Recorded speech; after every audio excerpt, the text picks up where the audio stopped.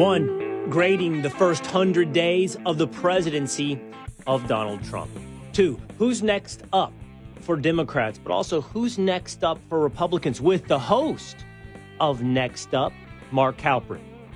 3, it just gets worse for Bill Belichick. Now reports are that Jordan Hudson interrupted for 30 minutes in his interview with CBS and then stormed out, expecting trailing along behind her would be Bill Belichick.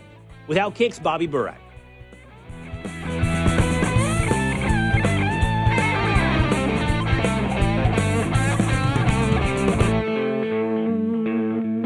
It is the Will Cain Show, streaming live at foxnews.com, on the Fox News YouTube channel, on the Fox News Facebook page, every Monday through Thursday at 12 o'clock Eastern Time.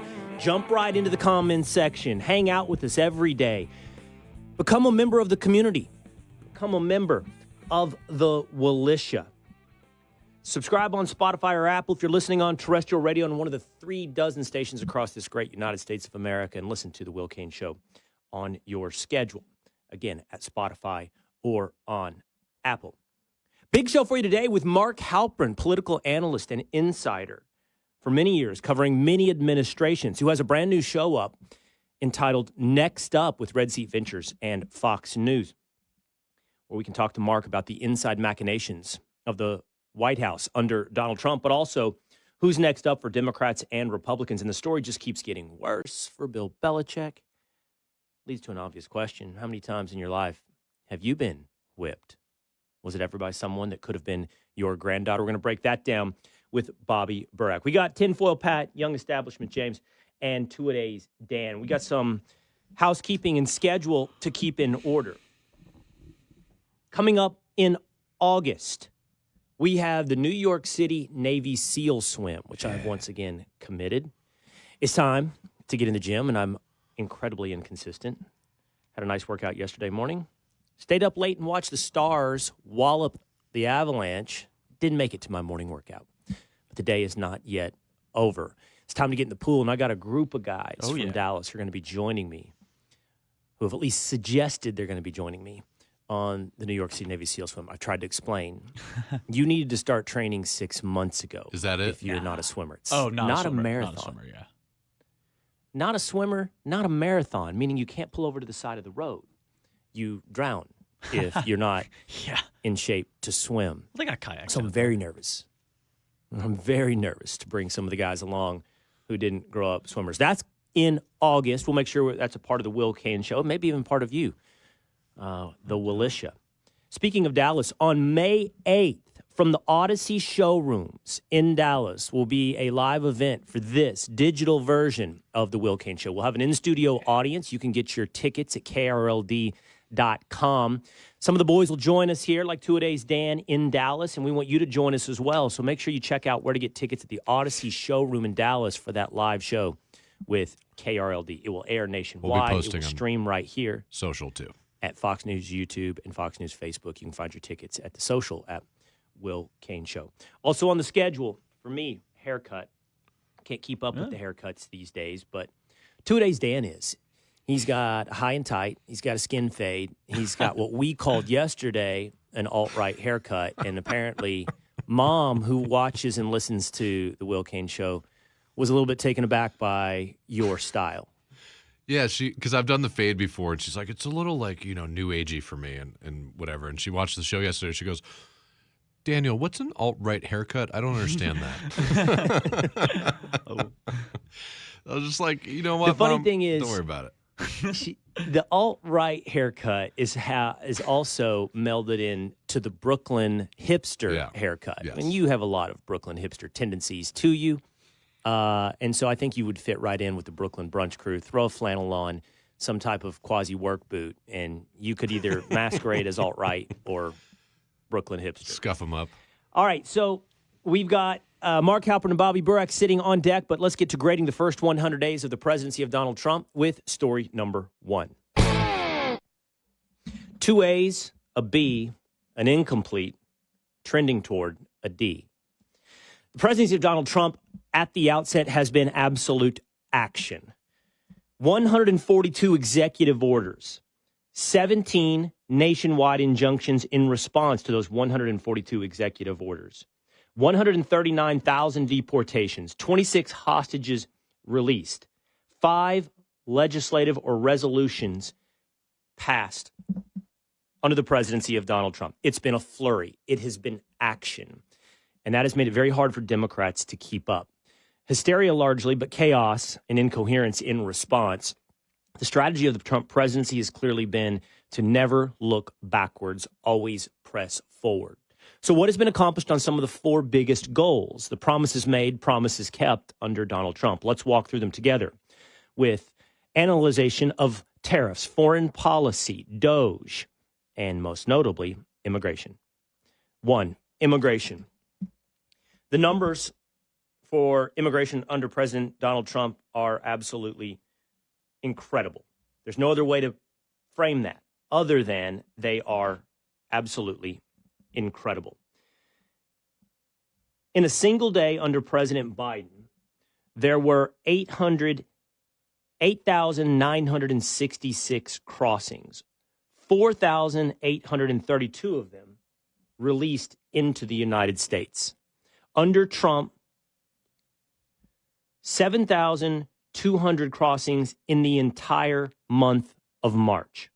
Only 9 of them released into the United States since January 20th. Let's talk about the fall in some of these border crossings over time. Last September, you saw almost 54,000 crossings. In October, that dropped to 56. In November, 46. December, 47,000 crossings. Then the presidency of Donald Trump. In January, 29,000 crossings. In February, 8,300 crossings. In March, 7,300 crossings. Since 2022, illegal border crossings have fallen to a brand new low. In January of 2022, there's 186,000. In March of 2025, it stayed 7,000 crossings. The numbers are absolutely staggering. It has been a complete success. But this has left Democrats completely at a loss as to what to do. Former First Lady Michelle Obama has said she stays up at night worried about the deportations, worried about the people who are concerned about what's happening in their home. For context, under Donald Trump so far, 139,000 people have been deported. 5.3 million people were deported under President Barack Obama. They don't know what to do. So they respond with hysteria. They respond with Kilmer Abrego Garcia. They respond with 2-year-olds, 4-year-olds, and 7-year-olds being deported. That was the story over the weekend. It was pushed back on by Secretary of State Marco Rubio. He and ICE Director Tom Homan pointed out, no children are being deported. An illegal immigrant mother will be deported, and she will be left with the choice of what to do with her children. But it's their choice to take their children along with them. That detail is largely left out of the story from the mainstream media. Here's a great illustration of that. Charlamagne the God, the host of The Breakfast Club in New York City, in talking with someone about that particular story of the deportation of 2-year-olds. You know what, Morgan? I did not know until you said it about the 2-year-old. I mean, I knew about the 2-year-old getting deported, but all the news reports just kept saying that a 2-year-old got deported. I didn't know that the mother had got deported because she wasn't a citizen. I mean, I didn't know that. You wouldn't know that if you listen to mainstream media because you get hysteria and talking points. Listen to the way they've all morphed into one voice now when it comes to deportations and illegal immigration. We begin tonight with the escalation in the president's crackdown on illegal immigration. Today's dramatic escalation in the Trump administration's conflict with judges. The Trump administration signaling a major escalation in its deportation efforts. Today, an escalation in the Trump administration's battle with the judiciary. Tensions between local and federal authorities over President Trump's immigration crackdown escalated today. We begin this hour with a major escalation of the Trump administration's crackdown on immigration. We begin with Democrats know not what to do, except to respond in unison with hysteria. But when it comes to immigration, the American people are very happy. Polls suggest the way that Donald Trump has handled immigration has been an absolute success. And it is, as true was said during the State of the Union, we didn't need a bipartisan comprehensive bill. We needed a new president. That idea has been something that has held immigration reform off for years, that we have to package it all together. What to do with the existing illegal immigrants versus keeping out new illegal immigrants. All you needed was a president dedicated to shutting down the border. On immigration, Donald Trump, an A+. Tariffs, on the other hand, are an incomplete story. So far, the news is 17 countries are prepared to negotiate with the United States of America on new trade deals. The diagnosis and plan from Scott Bessent makes a ton of sense. The way to rebuild American manufacturing, to in the short term bring in tariff revenue, in the long term phase out tariffs or implement new deals with countries that are better for the United States of America.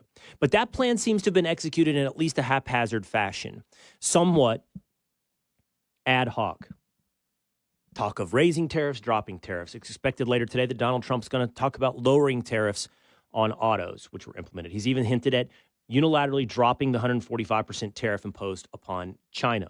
The markets have teeter-tottered up and down in response to a sense of uncertainty on how to proceed in this economy. In fact, that was something talked about on American Newsroom with Dana Perino and Maria Bartiromo. And it is true. It is absolutely true. Market CEOs, companies, they don't plan out 6 months ahead. They don't plan out 12 months ahead. They plan out years ahead on major purchases, innovations, and investments. And right now, they live in a climate of uncertainty.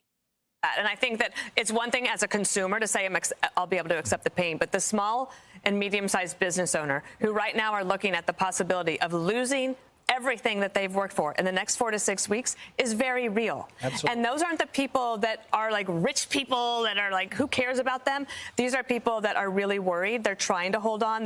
Many of them did support him, voted for him. But right now, I think it's a question. Tonight, they've already mentioned they're going to start doing something a little different on foreign imports on automobiles. And he'll be doing that in Michigan because the pain might not be something you can sustain. They have to give us a longer runway in order to do this appropriately. The host of Mornings with Maria Bartiromo talks to CEOs all the time. She laid out that what the economy needs is certainty, and how it exists today is a climate of uncertainty. She said she spoke to the president over this past weekend, told him he needs to establish some level of certainty.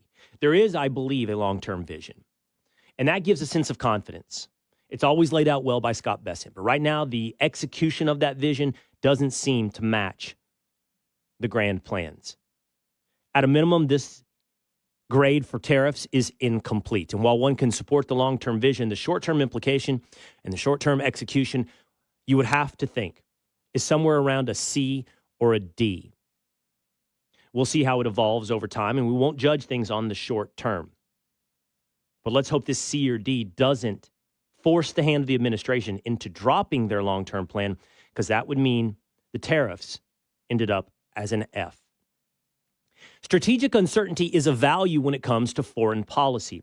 Right now, there is talk that Vladimir Zelensky and Vladimir Putin are headed towards potentially some type of plea deal, some type of peace deal. President Trump talked about ending the war in Israel and Gaza in the short term. Again, he has had great influence on what's happened over that country. More concerningly, there is a bit of a war drum being beat when it comes to Iran. How seriously are we talking about ensuring there is no nuclearization in Iran? Are we talking about kinetic warfare? I think Donald Trump's strategic uncertainty is an asset. Perhaps not when it comes to the economy, but when it comes to foreign policy. Keep the world leaders guessing. Keep them bending to your will. Keep the outcome and your upper hand hidden until you can approximate yourself to a win. Right now, I would say on foreign policy, we're looking at a B. And then there is DOGE. I think DOGE is one of the major programs under this administration, and it's a valuable one. There are people that have pointed out right now the numbers for DOGE, savings as reported, are somewhere between $160 billion and $190 billion. Of course, that's a drop in the bucket. That's not much when you consider that Elon Musk and Scott Bessent have talked about cutting at least $1 trillion from the budget. That's going to have to happen through the legislative process. So some have said this is not amounting to much. I disagree. I think DOGE is needed, and I think it is a good start. If you saw the interview with the DOGE executives, sitting down with Brett Baer on Fox News. It'll give you great faith in the competence of the people analyzing and executing DOGE. While 160 billion may be a start, it's a necessary start. And we hope that it continues even after we see, maybe exiting from the stage, Elon Musk. I think when it comes to DOGE, even the spirit of it, the competency of it, and the execution of it, I give it an A. And I hope that it continues in the same path, in the same vein that it exists today. 2 A's, a B, and an incomplete. That's the grades through the first 100 days of the Trump presidency. How's it going inside the administration? And what's next, not just for Democrats, which receives a lot of attention, but what's next for Republicans? Could it be Trump 2028? We break it down with the host of Next Up, Mark Halperin, on The Will Cain Show. Will Democrats split into two parties? Will it be J.D. Vance in 2028? Or will it be Ted Cruz? Or will it be Make America Great Again 2028? It is The Will Cain Show, streaming live at foxnews.com, on the Fox News YouTube channel, on the Fox News Facebook page. We hope you'll hit subscribe at Apple or on Spotify. Leave us a 5-star review. Drop it in the comments. Become a member of the militia. While you're over there on Spotify or Apple, you might want to subscribe to Next Up. It's a new podcast out with Red Seat Ventures and Fox, owned by the man who is a political analyst and author and has been around the political landscape for quite some time, the host of Next Up, Mark Halperin, who joins me now. What's up, Mark? Mr. Cain, honored to be here. Congratulations on all your success. And like you, I'm in the widget content production business, so happy to add another piece of content to my arsenal. And you've been growing it. I've been keeping up with what you've been doing, first on a few other television stations, then into the independent media forum. You've always been an interesting and fascinating voice when it comes to politics, Mark. So I'm really, really happy to have you here on the show. You've got your first episode with Next Up, which is coming out today. As I understand it, your first guest, Senator Ted Cruz. Did you ask the senator, are you running for president in 2028? Didn't. Well, my policy is to try to ask no questions they've ever been asked before. And of course, he gets asked that all the time. What I did ask him is, who does he think would be formidable for the Democrats if they nominated them in 2028? So I've known him since he worked for the Bush campaign in 2000. And he's a very keen analyst of American politics and presidential politics, including, of course, having run before in 2016. So I asked him for Next Up, if the Democrats, could the Democrats nominate that you would say, wow, that's formidable. That's the kind of person who could beat us in a general election. And without giving away the episode, which I'm sure will have much more analysis, who did he say would be formidable as a Democrat? Well, I'll tell you one of the people. He gave 3 names. One of the names he gave was Governor Shapiro of Pennsylvania.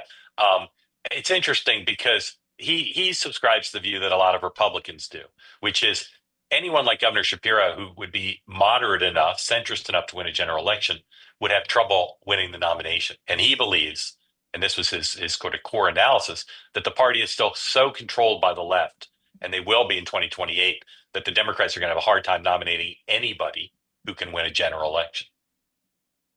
Mark, a little bit later today on my 4 o'clock show at the Fox News channel, I'll be interviewing James Carville. Now, James has been, of course, everybody knows James Carville. He's been around for a long time, integral to the election of Bill Clinton to the presidency. He's been real vocal. He's been talking about the problems on the left and within Democrats. He's been talking about the problem, as you mentioned, of the far left in controlling the populist voice, the media messaging, the energy, the enthusiasm for Democrats. But I don't know, like you just said, Cruz mentioned, I don't know that James can win this war. If it's James Carville versus AOC, I'm afraid James loses that to AOC. Yeah, I mean, James, the first presidential campaign I covered full time was the Clinton campaign, and James had a thoroughbred candidate. Bill Clinton in 1992 was dealing with the Democratic Party that was not nearly as far left as it is now, but was still pretty far left. And Bill Clinton said unapologetically, I'm going to win the nomination, and I'm going to be a stronger general election candidate because I support the death penalty. I support right to work laws. I support welfare reform. I support fiscal discipline. I support free trade. These were all things that the Democratic Party not just opposed, but opposed strongly. So James's theory of the case is informed greatly by that experience. The problem is is there a horse like Bill Clinton? Is there someone with the political skill to say, as Bill Clinton did, I'm a Democrat by history, heritage, and inclination, but my party's gone too far to the left? I don't know that that person exists. It's a big challenge because, as you correctly said, as James, I believe, thinks as well, right now, and as Senator Cruz told me for next up, right now, all the energy and passion and force in the party is coming from the far left, and they're not interested in a centrist nominee. So let's play the game of who could be that Clinton-esque horse, and you and I will just try to brainstorm it together. Here are the names that you hear most often of who could have a wide appeal general election audience. Okay, I'm not suggesting they will, but this is the closest that it comes probably for Democrats. You've got Pete Buttigieg. You've got Josh Shapiro. I think, setting aside the aesthetics of it, perhaps John Fetterman. I don't take anything for granted anymore. I think that, we shouldn't even blow off Stephen A. Smith. I think I'm not here to compare Stephen A. Smith to Donald Trump. I think the comparison is actually laughable. But what the lesson of Donald Trump is, just don't be condescending. Don't think that it has to be some inside the tent political horse. So that's why I include Fetterman, by the way.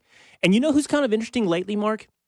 I'm not sure what she's doing, and we'll see the path she continues to go, but Gretchen Whitmer, she is at least open to at least some. I mean, she did put the folder up in front of her face when she was in the Oval Office, but there's this talk of this base in Michigan, this military base in Michigan that Trump's going to work together with her on to keep open. She's just open to being open to Donald Trump in some ways, which makes her interesting. Yeah, although, well, I don't know how much longer we can say she's open because of the folder. That folder spoke volumes. Everybody you listed has so little experience on the national stage, with the possible exception of Pete Buttigieg. And I say that not just in terms of media or politics, but also policy. Okay, this is a difficult thing to win a nomination. And if you look historically at people, not just who won the White House, but who've won the nominations of their party, they've typically spent decades being involved in what I call the conversation. And you look at somebody like Donald Trump, who people say, well, he was an outsider. That proves you don't need to be involved. As you well know, he was involved, not as a politician, but as a businessman and as a magnet for media. He was speaking about trade, American, how government should work, about manufacturing, about foreign policy. He was playing at a very high level, and he is, as I say often, he's the second most gifted presidential candidate I've seen after Bill Clinton.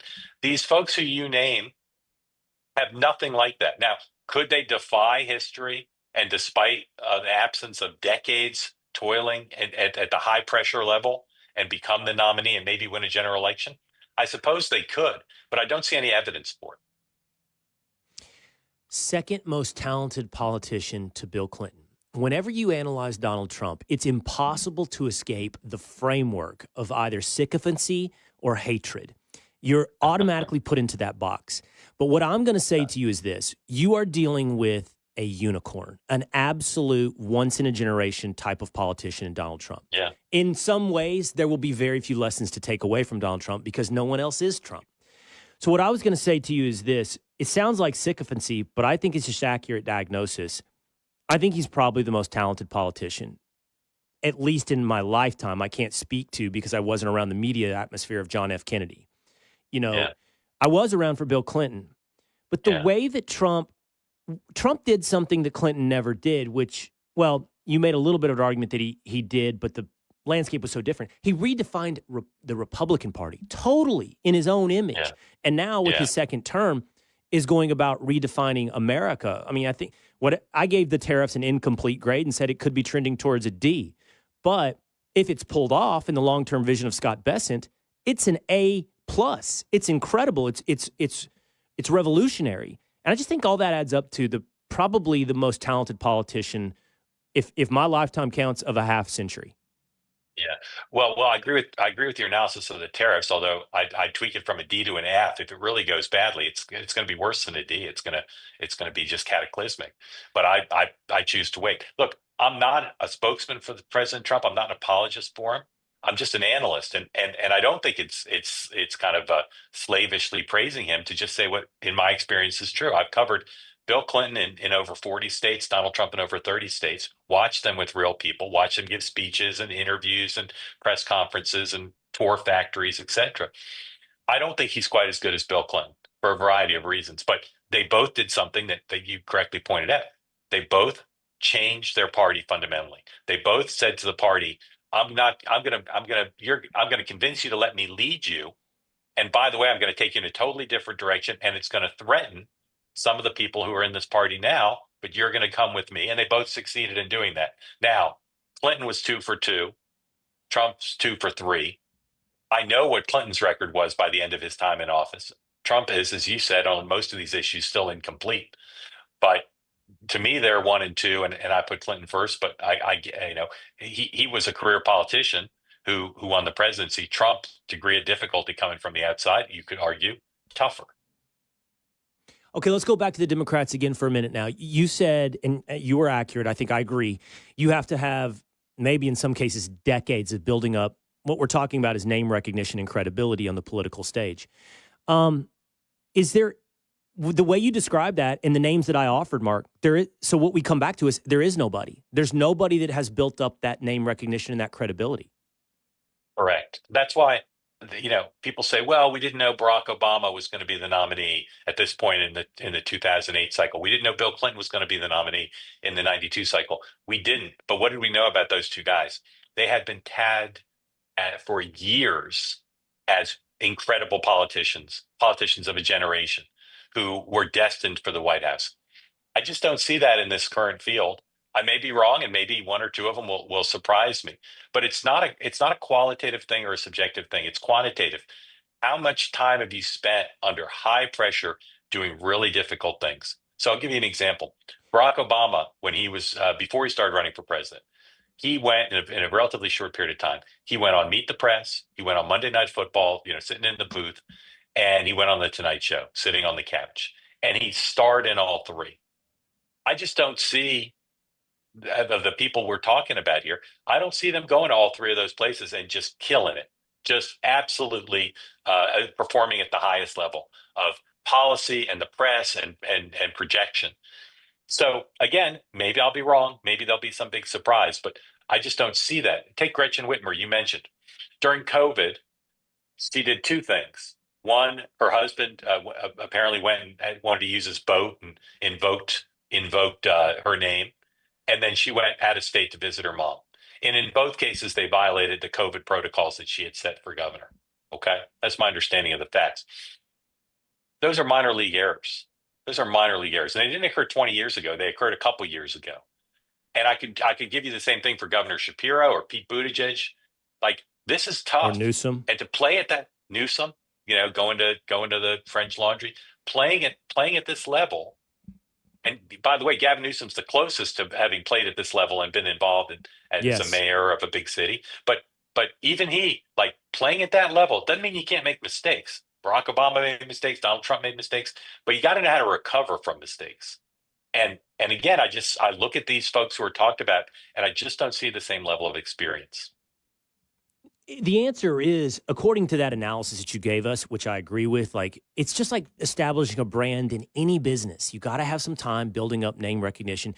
The answer is the closest answer is Gavin Newsom. He has he has the most random person, Johnny at Jesse Waters Primetime, man on the street name recognition of all of those people.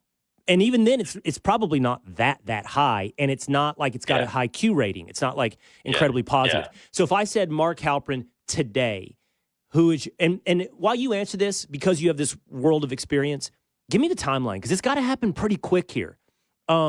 Today, who would you predict it is for 2028? Yeah. Well, first of all, Gavin Newsom is the guest on Next Up on Thursday, so he's my second guest. And like Ted Cruz, I've known him for a while, eager to ask him questions he's not usually asked. He has. I agree with you. It's about name ID, but it's also, I think, just as much, maybe more, about building up the confidence to play on the national stage and the understanding of how that works. And he's developed that. I'm not predicting, but I'd say today, if I'm projecting forward, the top 3 likely nominees would be Governor Shapiro, Governor Newsom, and something that would not be on other people's lists, I think, is current Senator, soon to be gubernatorial candidate, Michael Bennet of Colorado. Yeah, that isn't a name that we hear at all. We hear Governor Wes Moore sometimes. Yeah. And I, among my lefty friends, I often hear about Pete Buttigieg. Okay, Yeah. you're plugged in, Mark. You always have been. What is your current understanding of the palace intrigue under Donald Trump at the White House? The stories come out here and there about Elon Musk, confrontational with this person or that person, perhaps with Scott Bessent on occasion. Do you get the sense that everyone is on the same page, or if they're not, it quickly gets back into line because Trump is managing to pull that off? What do you get about the coherence and the peace at the White House? Yeah. So everything with Trump's going to be chaos. He believes in a revolving door to the Oval. And if you're in the Oval Office, you're more likely to influence him than if you're not. And people get that joke. So what you see is it's almost like a French farce or a Peter Sellers movie or an episode of Three's Company. You see people racing around the West Wing, trying to make sure that they're around when a meeting's convened on a topic they care about, to make sure they're in that room. Susie Wiles, the White House chief of staff, has kept an extremely low profile. You don't see her out on TV. You don't see her doing a lot of press or making herself available. She went to one cabinet meeting where the president called her. She spoke briefly, but she's trying to take what is not going to change about Trump, which is a very laissez-faire, open policy about who gets to weigh in on what issues, and allows Trump to govern the way he likes, but also gets him the best information and has a decision-making process within that reality that can be as rational as possible. I would say, again, not to be gossipy, not to be flip about it, I would say the chaos is extremely high. It's high at the National Security Council. It's high amongst the economic team. It's high at the Pentagon. And in part, that's because there's a lot of change, and that's going to breed chaos. In part, because there's a lot of very big personalities the president has chosen for his cabinet and his White House staff, people who are not shrinking violets, like Stephen Miller, like Scott Bessent, like Howard Lutnick. And in part because, again, of the president's style. He's fine with a team of rivals displaying the rivalry. And it's extraordinary, and it's because it's Trump, and we define our standards in a different way. To have Elon Musk out there tweeting attacks on Howard Lutnick or tweeting his opposition to the tariff policy, that's extraordinary. But that's the public manifestation of what's occurring behind the scenes. Susie Wiles is trying to make it controlled chaos as opposed to just unbridled chaos. And I think I like how you said that. I think the chaos is part of the strategy in some ways, because it is creative destruction. That is the vision of this administration. Whether or not it's the quote unquote, destruction of the deep state or longstanding policies, there's going to be some chaos when you bring in change agents, period. And it's all change agents, from the Pentagon to the Treasury. It's change agents every step of the way. So there will be some level of chaos, but I appreciate as well the element of the personalities. Who do you think is the most consistent? We've always heard this. Whoever spoke to Trump last is the most influential, and he wants to hear from a lot of voices. And so there's a race to get in there, like you said. Okay, therefore, who is the most constant and influential voice, do you think? The vice president. I think he's the most influential vice president of anyone I've ever covered. I think he's quietly grown, and unlike previous vice presidents with presidential aspirations, there's no effort to limit his authority or keep him from growing in political power the way there was with George H.W. Bush or Al Gore or Joe Biden. And that's super powerful, right? If people think this guy's going to be the next president, or at least the next nominee of the party, that's going to increase his power. Typical White Houses in the modern era have said, that's not good for the current president. We can't have that person exercising all the authority that comes by being the constitutionally elected vice president and the likely next nominee, because that's going to overshadow the president or hurt the president's agenda. That's not the way this White House feels. And so whether it's on Capitol Hill or in Europe or dealing with policy, I think he's remarkably powerful. The name that I had in mind, Mark, was Stephen Miller. The hard thing about Stephen Miller in knowing is he's such an articulate voice for whatever the policy may be. He's such a strong advocate. You don't know if he is the originator of the policy and the idea, or he is the defender of it. And the reason I say that is because I think in order to have influence internally, you would presume he's more of the originator of the idea. being the defender publicly is valuable, but that doesn't mean necessarily you have the most influence over the president. And Stephen's so good, I don't know which is the case. Like, he could literally know this stuff by the back of his hand because he's originating it, or he's so smart and such a good, lawyerly like defender. It could just be he's defending these policies. And I think you mentioned another name that we don't appreciate enough, which is Susie Wiles. Yeah. So I talk about on Next Up with a couple of my guests, the 5 people in the administration who I think have grown in power over the 100 days and whose power should not be understated. If you want to understand what's going on in the Trump administration, you've mentioned 3 of them right there: Susie Wiles, Stephen Miller, and the vice president. I tell people all the time, if you think Stephen's powerful, double what you think. And as you say, sometimes they're his ideas, sometimes he's just selling them. But he speaks fluent Trump, and it's a remarkable story because when I first met Stephen, he was an unknown aide to a relatively unknown senator from Alabama, Jeff Sessions. And he has gone in 10 years, fewer than 10 years, from completely anonymous Capitol Hill aide to now one of the most powerful people in this very hard-charging administration. So Stephen, Susie, and the vice president would be 3 of my 5, who I think you can't overstate their power, no matter how powerful you try to describe them as being.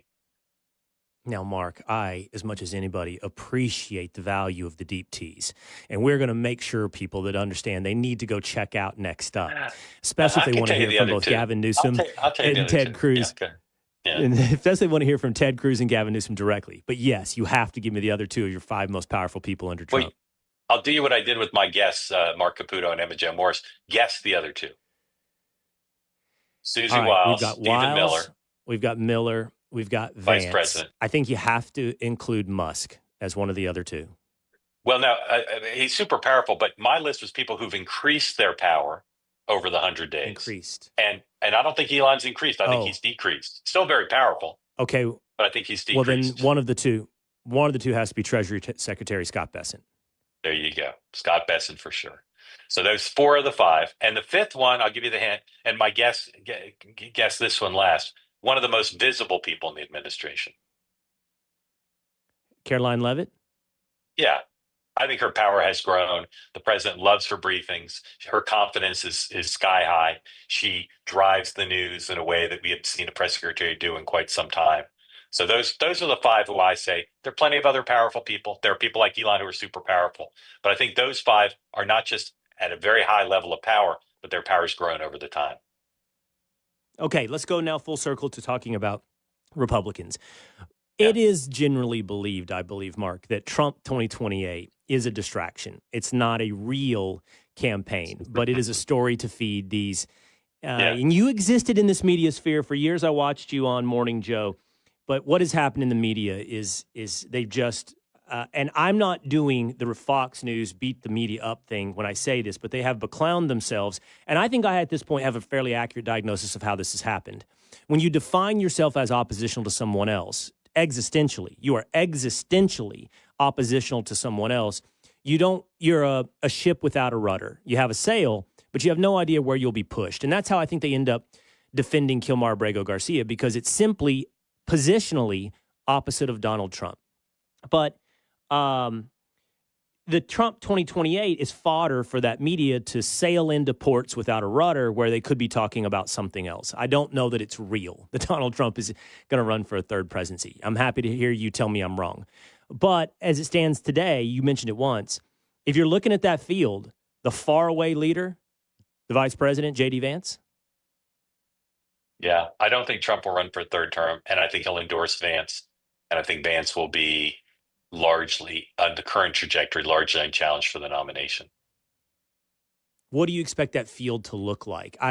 While you won't say it, and I don't know if it came up in your conversation, I have heard that Senator Cruz will be running for presidency. He'd like to, but he's a very sharp guy, and he understands the realities of presidential politics.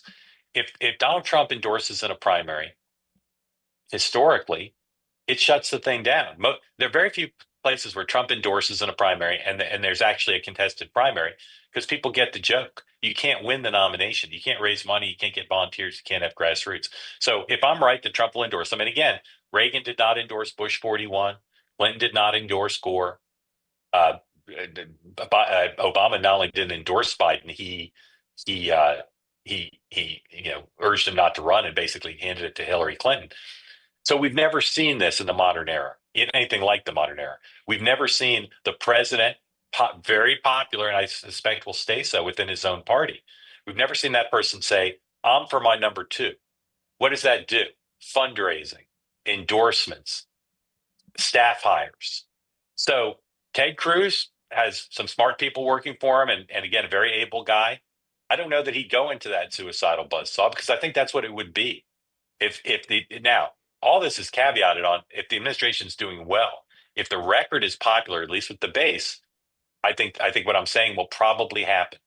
If the tariffs bring down the world economy, then I'm not sure that Vice President will even run. But if the record is popular with MAGA, Ted Cruz will look at it. There's some other folks who will look at it. But I think beating J.D. Vance for the nomination will be close to impossible, because he's a very skilled guy, and he will have what in Republican politics now is the ultimate golden ticket, which is Donald Trump's backing. Where does that leave, Mark, guys who clearly had presidential aspirations? And it's like playing basketball during the era of Michael Jordan. Like Karl Malone and Charles Barkley will never be fully appreciated for the players that they were, because they existed within the era of Michael Jordan. You could say the same thing about a number of quarterbacks who had to play against Tom Brady, or who today have to play against Patrick Mahomes. What does it say for the future of Ron DeSantis, perhaps Ted Cruz, any other of these Republicans who might have real capabilities, but their timing is way off in existing under Donald Trump? Well, a lot of them, like Governor DeSantis, they're young. They could run for 40 more years. Marco Rubio, same thing. I mean, they're not so old that this is their last chance. If you look at the history of this, the people who win the nomination in retrospect, and sometimes in real time, it's pretty clear it's their time, it's their moment, it's their cycle. That's what gave Barack Obama confidence to run against Hillary Clinton, because he looked at where he was and where he'd be in 4 or 8 years. These guys, if JD wins, they're going to have to wait 8 years. If JD loses, again, if he's the nominee, they can run in 32. So I'm not saying he'll clear the field. I'm not saying people won't run against him, but I'm saying it's going to be very challenging. And again, none of them are a Reagan or a Clinton. None of them are so powerful with such a big following that you'd say, well, they have a chance to take on Vance because they'll have other advantages that he doesn't have. So I think 4 more years to think about it, or maybe 8 for a lot of them. That'll be the best they can do, because Vance is going to have the support of MAGA, I think, and MAGA, people like Charlie Kirk, Steve Bannon, Tucker. Very difficult to mount a candidacy for any office within the party, but particularly this one, if you don't have their support. And I think Don Jr. I call Don Jr. and Tucker and Charlie Kirk, I call them the board of directors. And I think the board of directors would be for Vance. And I think going against the board of directors just doesn't have a lot of history of success within the party right now. He is the editor-in-chief of Two Way, a brand new show up next up where he talks with one of these guys we've been talking around, Ted Cruz. And later this week, another we've been discussing, Governor Gavin Newsom. We encourage you to check out his new show, Next Up with Mark Halperin. Mark, great to talk to you. I've really enjoyed this conversation. Thank you. Well, really nice of you to have me on. I appreciate it. Thanks so much. All right, there he goes. Mark Halperin. Again, check out Next Up. Next up for us here on the Will Cain Show, it just keeps getting worse for Bill Belichick. I mean, this Jordan Hudson thing, now the details are coming out about the CBS interview. She interrupted it, like not once, but multiple times. They had to leave 30 minutes on the cutting room floor, and at one point, she storms out and thinks that Bill Belichick is going to follow her out of the interview with CBS Sunday Morning. That's next with Bobby Burack on the Will Cain Show. Saquon Barkley, Eagles stud running back, rides with Donald Trump, plays golf with Donald Trump, and kills cancel culture. It is the Will Cain Show, streaming live at foxnews.com. The Fox News YouTube and the Fox News Facebook. Drop out into the comment section right there. We'll make you part of the show, a member of the militia. Joining us now is a columnist at Outkick.com, friend of the show, Bobby Burack. What's up, Bobby? What's up, Will? How are you? I'm good. This Saquon moment, Saquon hanging out with Donald Trump, it's fun. It's a little bit of pop culture and celebrity intermingling with the presidency. But it also seems kind of significant, Bobby, in that not just his willingness to do it, but his defend himself. He tweeted out afterwards, LOL, some people are really upset because I played golf and flew to the White House with the all caps president. Maybe I just respect the office. Not a hard concept to understand. I just golfed with Obama not too long ago. And I look forward to finishing my round with Trump. Now you get out of my mentions with all this politics and have an amazing day. Saquon just not caring, happy, pushing back.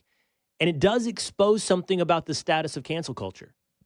Yeah, and I like what he said because 2 weeks ago, the Dodgers finally went to the White House to celebrate their World Series win. And there were people who were outraged saying, well, the office had disrespected Jackie Robinson. No, they didn't. How dare the Dodgers attend the White House and give President Trump the time of day? But I'm with Saquon.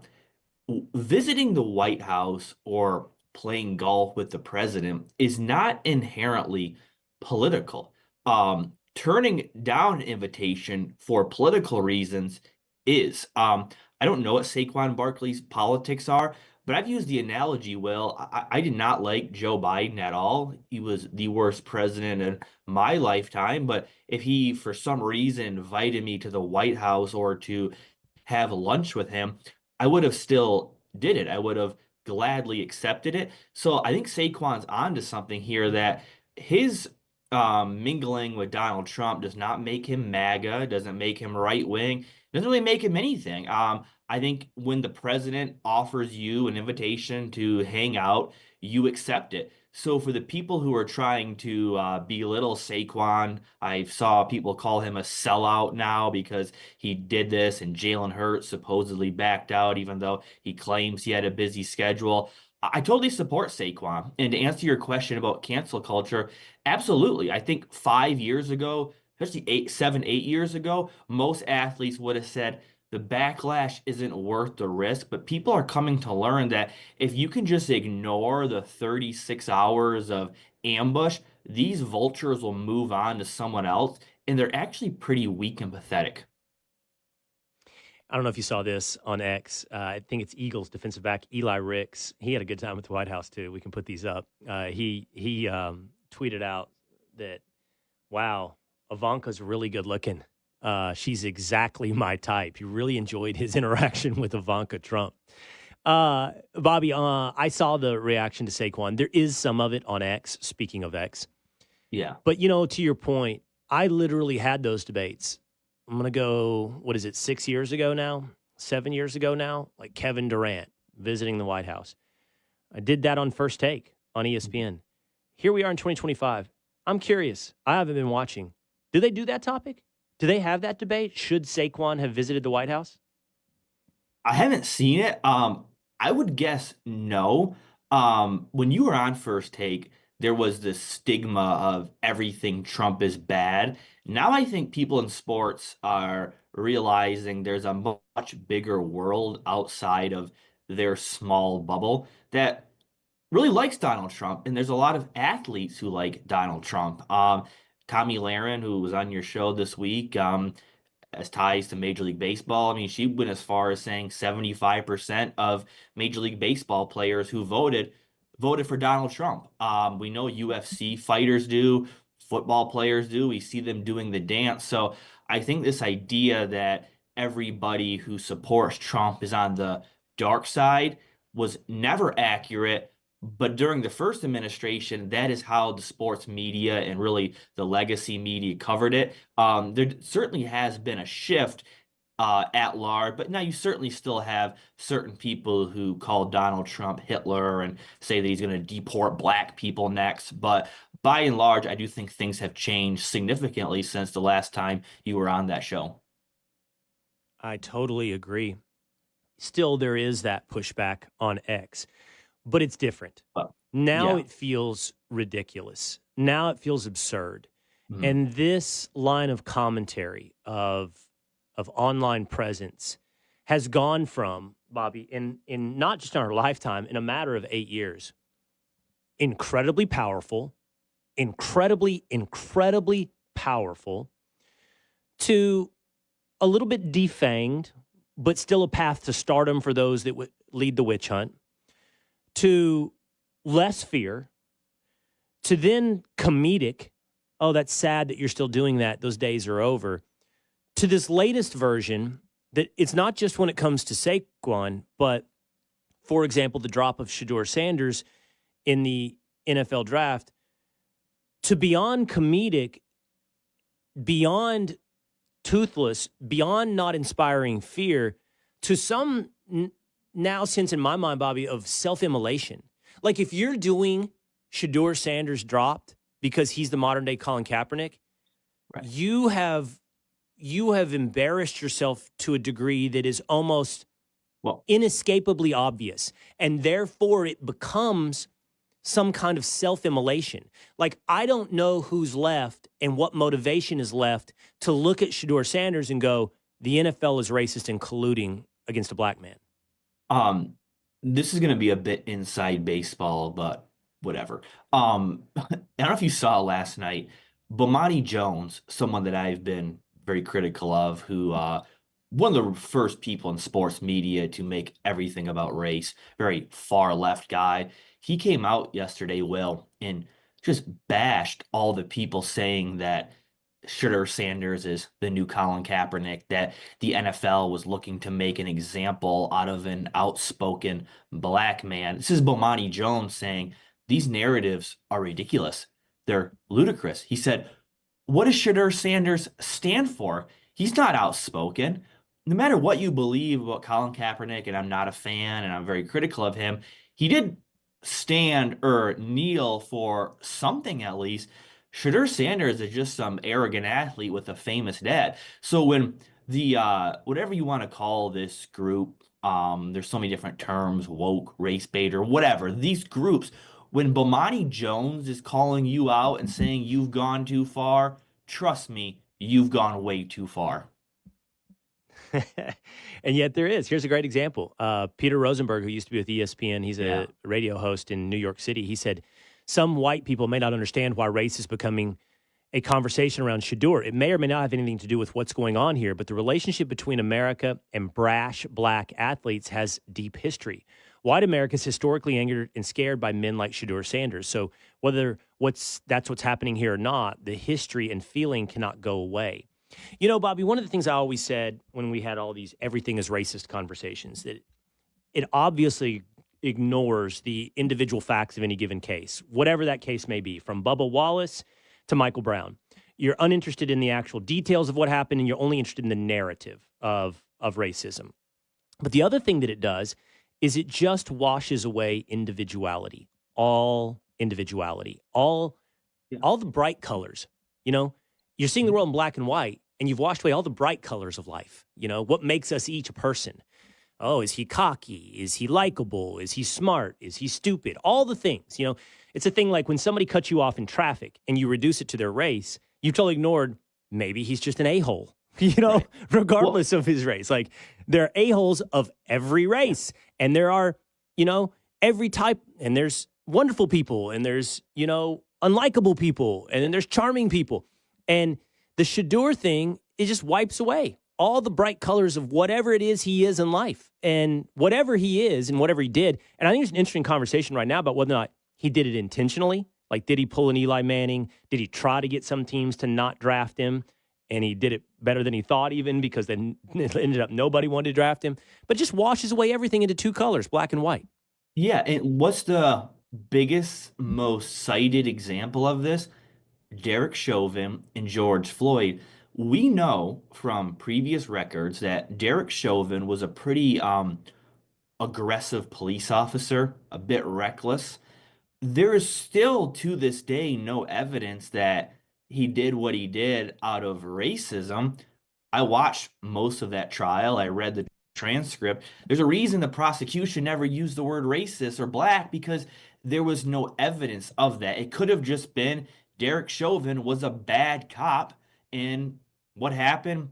That doesn't make it racist. Yet for almost 3 years, the country pretty much ushered in a new chapter on the basis that racism caused the death of George Floyd. From all accounts, a reckless, aggressive, boneheaded cop did. There's And no and proof and at all. and if we're being accurate, drugs. George Drugs. Floyd was on drugs. A lot of other complicating factors. That's the point. It's complicated and it's reduced to a binary. Right. The idea that it's just white cop kills black person. No, there's a lot more to it. There is guy on fentanyl, aggressive cop, history between the two of them. Most cases don't boil down to black or white, including the Shadur Sanders case. Peter Schrager, who's probably the most connected insider to the draft, he reported for over a month, Will, that most teams viewed Shadur Sanders as a second round talent. So now you have a second round talent with a lot of baggage, a lot of distractions, a questionable attitude. You know where second round talents usually go with a lot of baggage? Third, fourth, or fifth round. So when you step back, this really wasn't all that surprising, but it seems like it because we kept hearing from the Stephen A's, the Skip Baylesses, and the Mel Kipers that Shadur Sanders is a top 3 pick and anything else is personal or racist. It's all such nonsense, and those people embarrassed themselves so much last weekend. I never had a strong opinion on Mel Kiper. I always just thought he was a draft guru. I can't take him seriously anymore. But Mel didn't do race. But Mel didn't do race. Mel is different. Mel, and I'm a big fan of Mel. But Mel thought their evaluation was off and didn't match his. He thinks Shadur will be great, and he thinks they're stupid. He says that. He says NFL's teams are stupid in evaluating quarterbacks. I mean, he didn't do what these other guys did and say it's because they hate he black called it quarterbacks. gross and personal. I mean, he definitely took it beyond just evaluation. But again, let's not fall into the trap, Bobby. But let's not fall into the trap. Gross and personal can be different than racist. You know what I mean? Like, I mean, they could be punishing him for Dion or because they don't like his personality, and you can call that personal. You know, he can think they're all wrong, and he can call that gross. That's fair. It doesn't mean he's saying it's all racist. I think the guys that wanted to call it racist did so openly. You know, like, and to your point, like, it's beyond him. It's embarrassing. It's self-immolation at this point. By the way, on Mel, I've said this yesterday. Give it 5 years. Maybe Mel will be thoroughly embarrassed. Maybe Mel will be right. We'll have to see. We'll see how good Shadur ends up. Yeah, and I do want to make the point too, and I fall in this group too.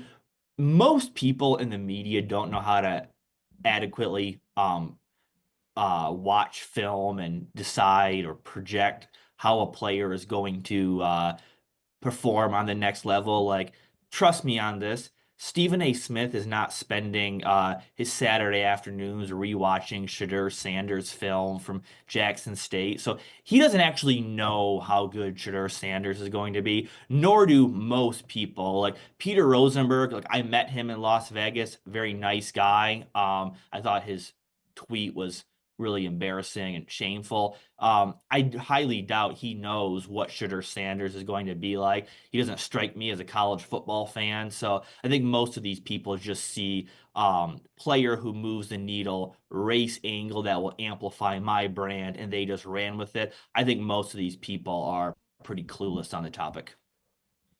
All right, speaking of embarrassing, new details. We played the video yesterday and the sound of Jordan Hudson participating in the interview of Bill Belichick with CBS Sunday Morning. Now we have the details that she interrupted a ton, not just that once in the clip that we saw. Yeah. They had to leave 30 minutes on the cutting room floor. She stormed out of the interview. And it's funny in the interview, Bobby, Belichick looks shell-shocked. And you're like, is he sort of like, just like, has his social awkwardness like increased with time the older he gets? Or maybe, as it turns out, he's sort of shell-shocked because his girlfriend's throwing a fit over here off camera. All right. So when we first found out he was dating a 24-year-old, obviously people thought, well, it's probably not a real relationship. It's probably mostly physical and whatever. It's not that. She is very involved in his life. This is not just let's meet up here and there, go out public together, and go on fancy vacations. She's involved in every facet of his life, apparently, including his career at North Carolina. He told people to CC her on emails. We saw during, I don't know, what was it, a practice, her walking up and down the field in big boots, talking to him when he's telling the players to do this and this. It's very strange, Will. I always thought Bill Belichick was like the Robert De Niro from Meet the Fockers, right? So buttoned up, boring, lame, no fun side to him. I never pictured him getting with someone this young and allowing her to pretty much boss him around and tell him what he can and cannot answer. And her telling him that he couldn't say where they met. I'm now more curious. Look, I never thought about it before. I just figured, I don't know, maybe they met on Hinge or some celebrity party. Now I think there might be a backstory, and I want to know, where did Bill Belichick meet this woman, and who is this woman? Why does she have so much power? He's whipped. You ever been whipped, Bobby? Well, it's deeper than that, though, Will. I mean, he probably is whipped. Oh, really? I think it's deeper. Oh, it's deeper than that, yeah. Because when you're whipped, you don't... Like what? Like she has something on him? I don't know if she has something on him, but I think he's convinced. Here's what I think. I think he's probably 50% whipped, and he's 50% his ego shattered. The NFL rejected him, couldn't land a college football job, and he's trying to cope with this by showing people, hey, look, I'm okay. I'm with a 24-year-old. It's really, really remarkable. It really is. All right. I don't know if you have something to say to this. You put it on your social media. My friend Ryan Russillo and Bill Simmons talked about you recently on the #1 sports podcast in the country. Here it is. Like, this is one of the best 24-hour stretches the league's had in a while. Yeah, Clay Travis. How about tweeting about the ratings? Get Bobby Burack on that one. Look, I realize group economics wasn't a great Jersey idea either. You have a response, Bobby? I do. I want to apologize to Bill Simmons and Ryan Russillo about questioning the NBA, because I watched that Cavs Heat game last night. It was a thriller, 138-85. One of the most riveting nail biters I've seen in a long time. Just unbelievable performance, great officiating, great athleticism. I confess, Ryan Russillo, Bill Simmons, you're right. There is nothing in American entertainment that competes with the 2025 version of the National Basketball Association. All right. I hope the sarcasm came through. I watched hockey last night. I watched Stars. The game was awful. A 53-point game in the playoffs. It was awful. And by the way, even the games that are supposed to be good, the refs are not calling fouls or calling fouls where they shouldn't. The NBA product is a joke right now. If I were to rank 5 sports to watch, the NBA wouldn't even be in my top 5 right now, Will. I mean, the product is just awful. Oh, come on. Name 5. Name 5. The NFL, college football, Major League Baseball, UFC, hockey, boxing, WNBA, college basketball. You don't. tennis. Get out of here. You don't that's watch 10. WNBA over the NBA. If I had to choose right now. You're doing a bit. You've created an enemy. You don't like it. Yeah, that's what you're doing. No one watches boxing over the NBA. It doesn't happen. And don't tweet I like me boxing. just because you're the outlier. You watch you little top-ranked boxing, making sure you tune in on ESPN News over NBA playoffs. Hey, those fights at 2 a.m. or 4 p.m. in Saudi Arabia are must watch. What about, does WWE count? I mean, I thought WrestleMania was better than these NBA playoffs. Don't turn it into your enemy. You're accurately describing the ratings problem for the NBA, but don't make the NBA your Donald Trump and you are MSNBC. Don't get yourself boxed into a cul-de-sac here where you're now arguing for the WNBA over the NBA. I heard James is a big lacrosse fan. I might try that too. Perfectly fits the reputation of establishment. All right, last thing, and I didn't have this on my dance card here with you today, but I did hear this conspiracy theory, and it really got my attention, and it's fascinating. All right, the NBA needed to save its product, to your point. They need the Lakers to be good. So they facilitated the trade of Luka to LA, which isn't working out, by the way, as the Lakers are down to the Wolves. And as compensation, we've all heard that part of the conspiracy, right? We've all heard that part. But what did the Mavs get out of that? Okay. And the answer is There's nothing that makes up for losing Luka. So don't listen to this and go, it makes all sense now. But somebody told me this weekend. The Mavs have a 5% chance at the top ping pong ball in the NBA lottery. And if they win and draft Cooper Flagg, that's your consolation prize for saving the NBA. Now, I don't believe it, because why would the Mavs do that still? Cooper Flagg for Luka? I don't believe it. But I would take if the Mavs do win the lotto, oh boy, that's going to be some great WWE drama for the NBA. It will be, and that might even get me to watch a game or two. But look, I think Luka is the most overrated player of this generation in any sport. He can't play defense. He's out of shape. He shoots too much. So while the trade was boneheaded, I will say I would rather have Cooper Flagg than Luka. Not the biggest Luka guy. Right. That's absurd. Beyond absurd. Look, we heard on this show. And you got pretty hot and bothered. One of your guys, I forget which one, made the case that Josh Allen is much more accomplished than Luka. That's 100% true. I mean, to argue against that is pretty shameful. How many Super Bowls? How many Super Bowls has Josh Allen been to? It doesn't matter. His team. How many has he been to? Costing him. They're missing field goals or taking bad penalties. I know, but what's the answer? Right. But what's the answer? Right now, zero. When's the last time NBA? When's the last time Luka was in the NBA Finals? Last season, he looked out of shape like a slob. Oh, right. And they got smoked. This is absurd, and it's not worthy. I will not dignify this with even the pretense of a first take style debate. It's ridiculous beyond measure. Name all the players I'd take over Luka? No, I don't, because you've already made yourself the Peter Rosenberg of this debate. You should be embarrassed, and you should keep these kind of takes to yourself. It's quiet little hot takes that you don't even think are worthy of a tweet. No, I don't want to talk about it. Last year. I don't even want to talk about it anymore. It's still a very sore spot, and I won't have Luka besmirched on the Will Cain Show. All right, that's going to do it for us today. In no connection to the goodbye, is it connected to the embarrassing way he ended this interview? But I always love having him on. I love the conversation. Bobby Burack. Check him out at Outkick.com. I appreciate it, man. Thank you, Bobby. Okay. All right, that's going to do it for us today here on the Will Cain Show. May 8th, Odyssey Showroom in Dallas. Check out the Will Cain Show social pages if you want to get a ticket. If you're in the area, come see me. Let's hang out on the Will Cain Show.